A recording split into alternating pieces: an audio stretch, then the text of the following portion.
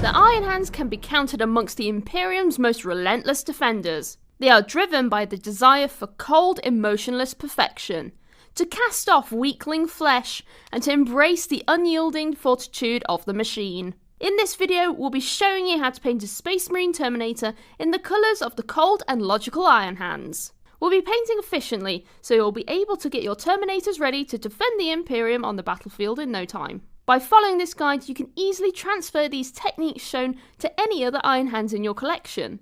You'll have a whole army ready before you know it. If you're new to painting, you can check out the Citadel Colour Painting Essentials videos to learn all about paints and techniques. The paints we've used are on the screen right now.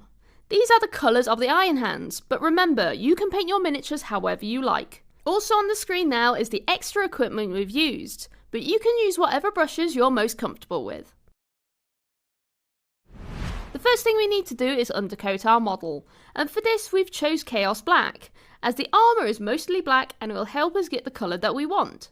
You'll also need a pot of Abaddon Black to hand. This will help us out if we need to tidy up any mistakes later on. We'll start by painting over the whole model in Abaddon Black. We're doing this now as the finish from the pot is slightly different to the spray, and it's easier to tidy up any mistakes and match the colours perfectly. One thin coat should be plenty to change the finish of the colour, so you don't have to worry about the coverage or how messy you are. Next we'll use Iron Hand Steel for the weapons, piping, chest eagle and the power fist.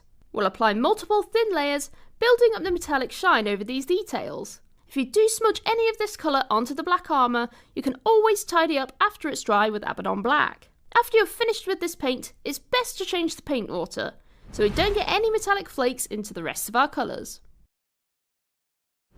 Once we've changed our paint water, we'll paint the bolter casing in Corex White. Just like with our other base paints, we'll be applying a few thinner coats to fully cover over the metallics. Just try and be neat if you can, but if you do smudge any into the silver bolter, you can always tidy up with our last colour. With the white dry, we can move on to painting the Crux Terminatus with Xandri Dust. A couple of thin coats will be enough to fully cover over the black undercoat. But just be careful around the edges, as we don't want to get any of this colour onto the armour or other details. But if you do, you can tidy back up with the previous colours, just depending on the area. Next we'll apply corn red to any lenses and wax seals. Just use the smallest brush you have, and make sure that the paint is thin. We can always apply a couple of thin coats over that black undercoat. Corn red is a nice dark colour, so it works perfect for the Iron Hands style. But if you want a brighter red, you could always use Mephiston red instead. Now we'll paint the parchment with Wraithbone. This might be only one or two small details, so it won't take too long, but just make sure you avoid any of the details already painted, and make sure that the paint dries smoothly. With all those paints fully dry, we can apply Nuln Oil in two ways. We'll use it straight out of the pot to cover the Iron Hand steel details. Then we'll thin down the shade with a drop of water, then apply it over the Crux Terminatus, the corn red details, the bolter casing and the Wraithbone parchment. Now we'll highlight that black armour with Eshin Grey. We'll thin down the paint and use our small layer brush for this job.